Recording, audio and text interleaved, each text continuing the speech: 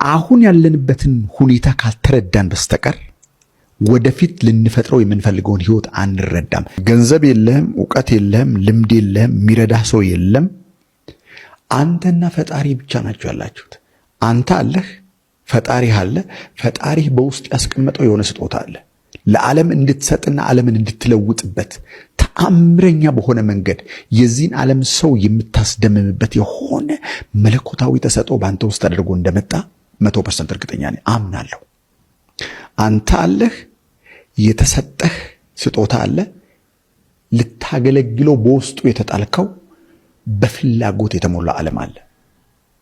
ካለህበት ሁኔታ ነው ግን የምትነሳው። አሁን ካለህበት ሁኔታ ነው የምትነሳው። ያለህበትን ሁኔታ እርግጠኛ በሆነ መንገድ ለመረዳት አንድ መጠየቅ የሚገባ ነገር አለ።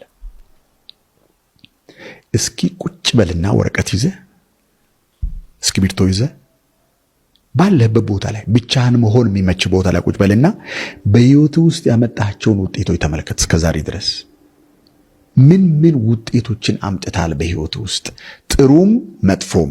እስኪ መጀመሪያ ማትፈልጋቸው መለወጥ የምትፈልጋቸውን የህይወት ውጤቶች አንድ በአንድ ዘርዝር።